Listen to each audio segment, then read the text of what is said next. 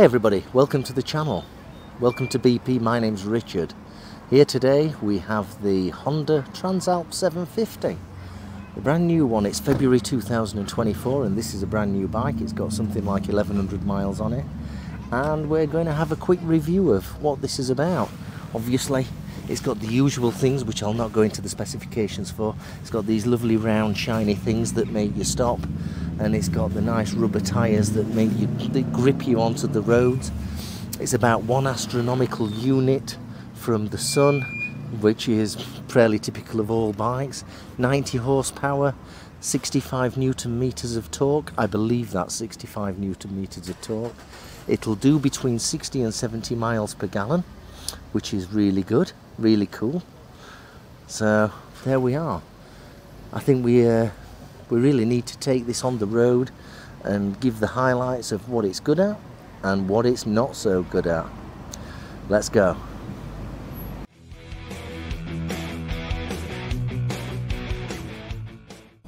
Okay, there we are. Let's have a look at this bike. Let's get on it and see what it's about. So we're talking sub £10,000. And it's got a great interface. There's lots of other screens. Let's see if the camera's okay. Yeah, let's just adjust that camera slightly. That's it. That's okay.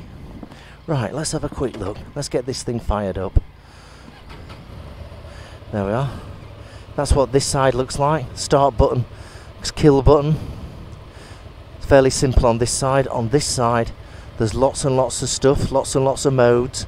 The usual one that's set in standard mode at the moment, as you can see. It's got the gear indicator, tells you how much traction you've got, how much ABS you've got, etc, etc. All that stuff, all the trip. There's lots and lots of information there, which is really, really cool. And it's all controlled by here. But it's really, really cool. It's a great looking bike. Right, this one's got a quick shifter on it and I've tried that out already. So let's get moving. Here we go. So it's got a 750 twin and it's a 750 twin kicking out 90 horsepower, 65 newton meters of torque. So it's not too dissimilar to the Tiger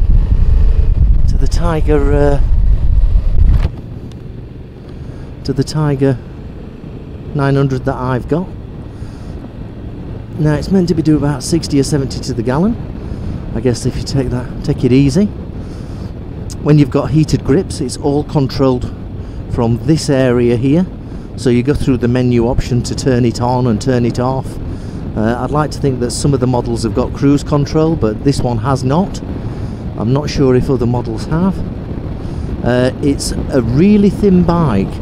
It's much thinner than to sit on than the Triumph Tiger. It's very, very light. It's a very light bike to ride. Now, I'm coming on this. I'm riding this bike from a touring perspective, and we've been testing it out this morning, and it's a wonderful 750cc engine with its spoked wheels and all that good stuff. But once we start getting into the realms of 50 mile an hour or above. Let's get the indicators on. 50 mile an hour or above.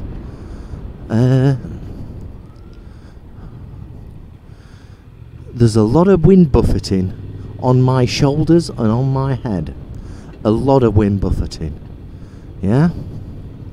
So if I was touring through France or whatever, I would probably want to change this screen because it's pushing all the air onto my shoulders, onto my helmet and things like that. It's a very easy bike to ride. It just falls into the corners. It gives you loads and loads of confidence. The seat is very firm, so for travelling long distances, I would hope that it would soften up a bit. Maybe my bum needs to get used to it, or maybe the seat needs to get used to my bum, or something like that, but it is really firm. What you've got to remember, it is a TransAlp, and you know, these things were designed for doing the Paris-Dakar, so I guess most of the time you'd be stood up. But you know, generally speaking, most people don't do that, and most people don't buy these to do the Paris-Dakar.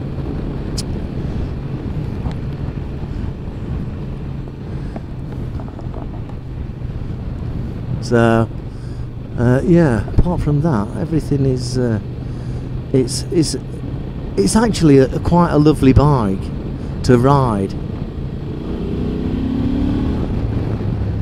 Yeah.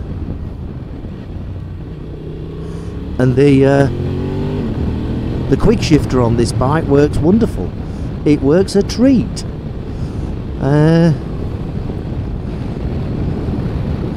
So I'm getting 40 miles an hour here, and you may well be able to hear the wind. You may well be able to hear the wind.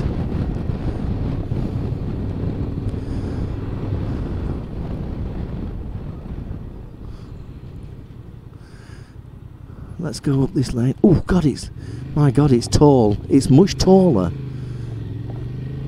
than my Triumph Tiger 900 GT. It's much taller. Now I'm about a 31 inch inner leg, and I'm tiptoeing on this bike. So you know, it's a tall bike. It is a tall bike.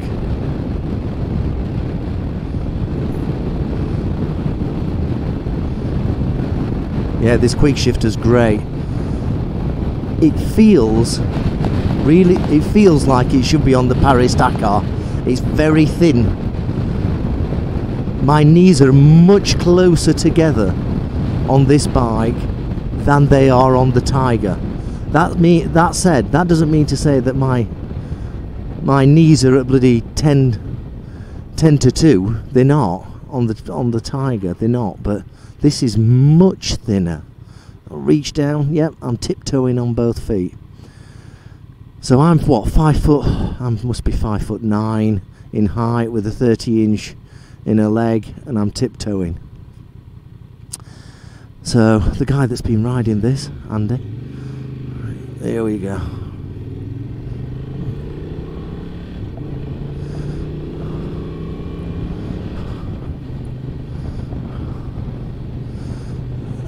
Is 6'2", and he was having terrible times with the wind off the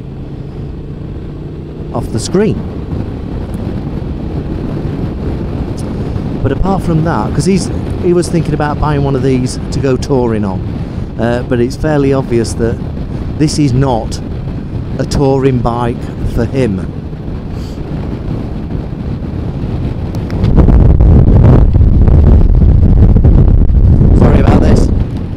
This dead cat on the microphone is tickling my nostrils. Ha! Oh. So the roads are fairly crap. The tyres on this are great. Excuse me. This is definitely a bike that you could do some green laning on. And if you're thinking about commuting to work where your speeds are 50 miles an hour and below, then maybe this bike's for you. And it's a great price. I think they're around 9,600 now. It is a great price, and you get a lot of power. You're getting 90 horsepower, 65 newton meters of torque. Look at that for a pothole. Wow. There we are. Let's avoid the rubbish.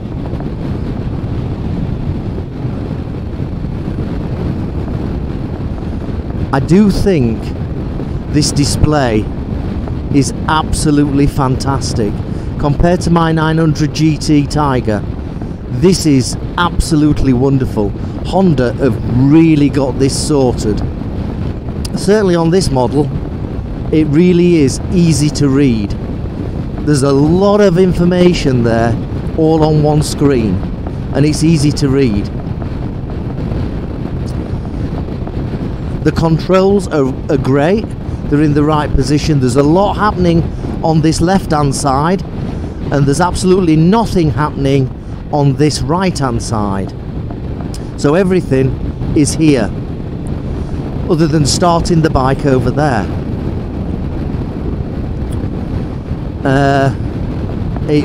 So there's a lot of stuff here, and there's a lot of functions here as you navigate through the screen.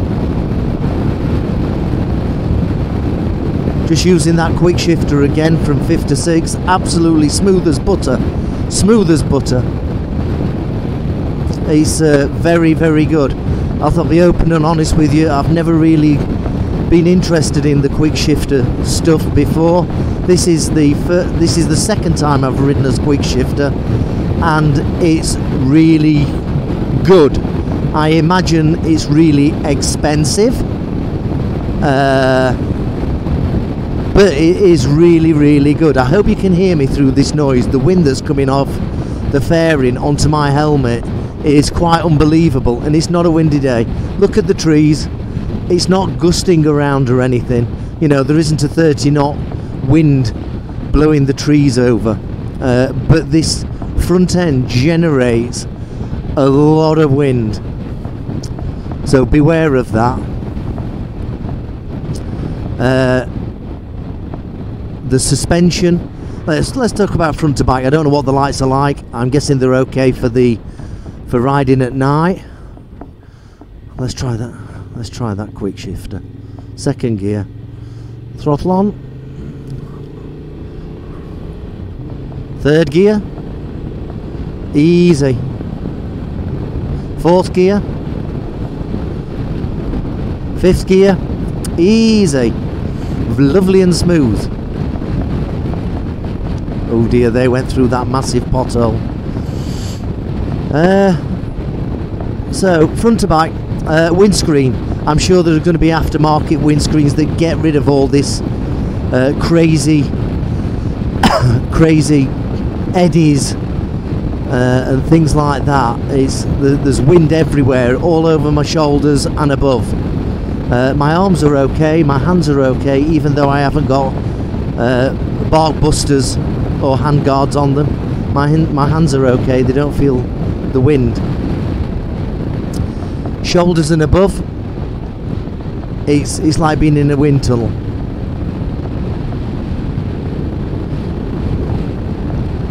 It's like being in a wind tunnel. So the lights, I'm assuming they're going to be good at night, so I can't test them. The front of the bike, the bodywork is great. It's really well made. Of course it is. It's Honda. The screen is absolutely wonderful. The LCD screen, or whatever it is absolutely wonderful. It provides lots and lots of information. The handlebars are at the right position. The seating position is great, and the angle between my hips, knee and ankle for the footrests are absolutely great. This particular model has had the rubbers of the footrests removed.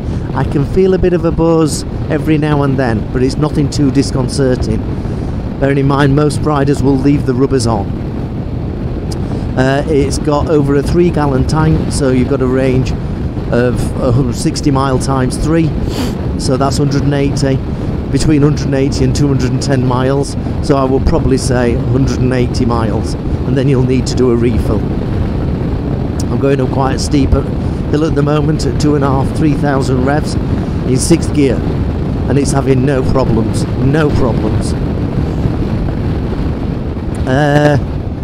So the front suspension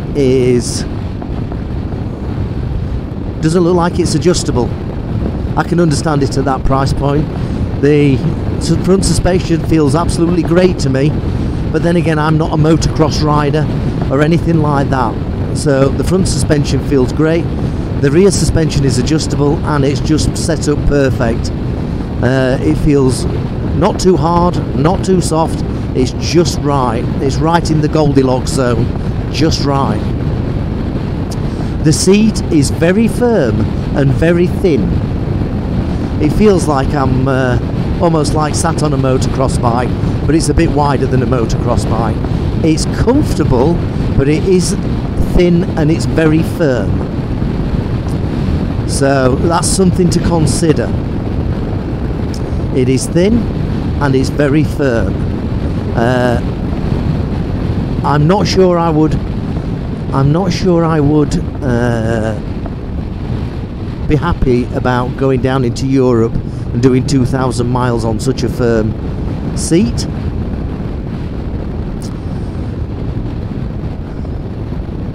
The front brake is absolutely wonderful.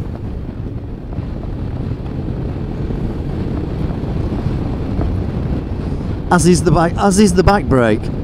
There's plenty of feel in it, and it does something. The back brake does something. The front brakes are absolutely incredible with those twin discs. Those round silver things that look really pretty that make you stop. Yeah, I'm not going to give you the specs. All the specs are going to be available online. Yeah, you can get those. You can understand how many millimeters the rotors are, or the discs are, depending on what country you're from. This little twin, this way it's not a little, it's a 750. I think it's got a 270 degree crank, and it pulls in a lovely way. It does sound like it sounds a bit like it needs oil. If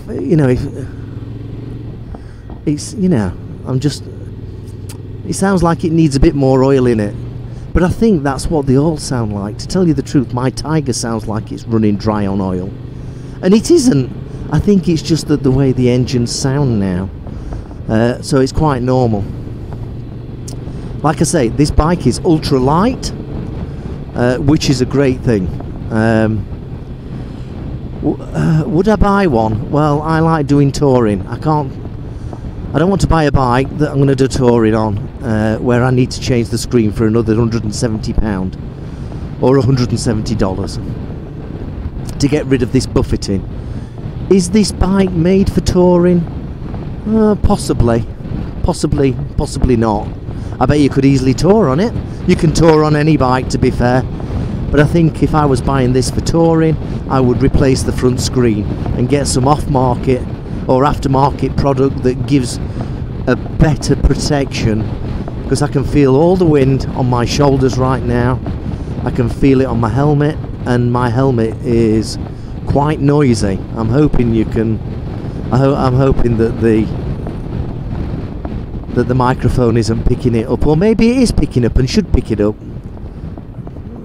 Like I say, these brakes are great. It's got the Nizzin brakes. I think that's how you pronounce it. So it hasn't got Brembo or Bi-Brem or anything like that. But these brakes are great. Excuse me. And it really flies. It really does fly.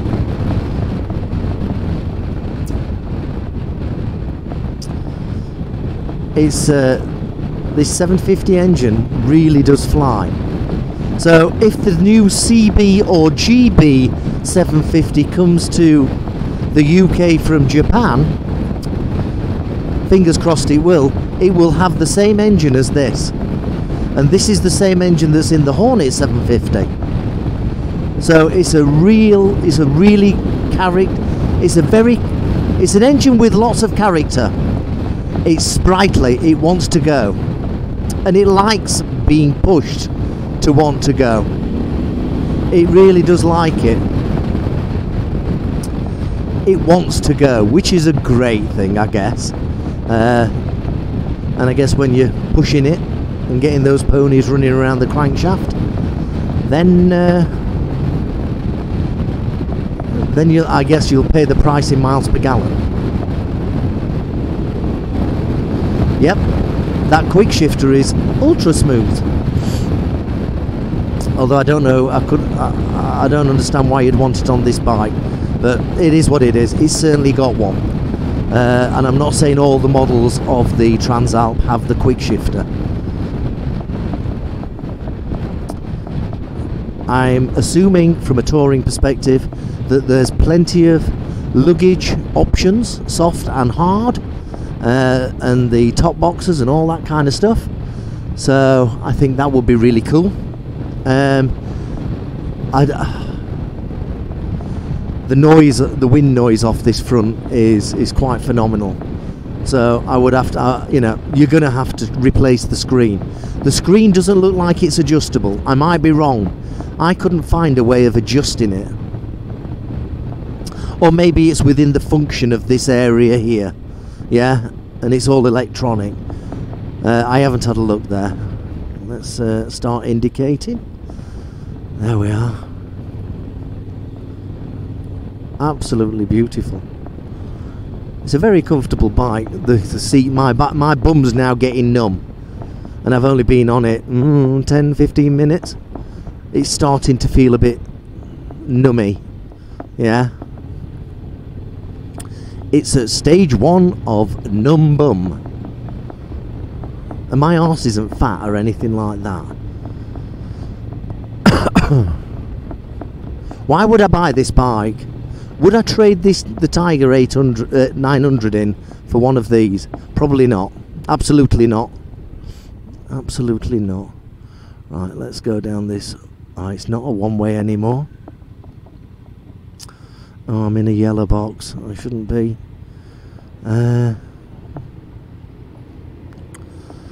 So let's go down here. Hopefully there's no traffic. There we are. No traffic. So it's very agile. You can see that I'm riding it. It's very agile. It gives you the confidence to zip past the traffic.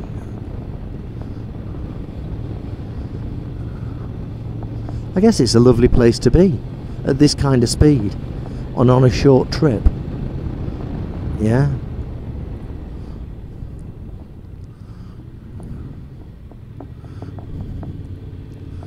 On a short trip.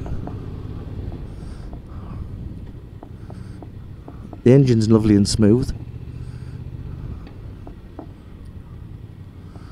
Even sub 2000.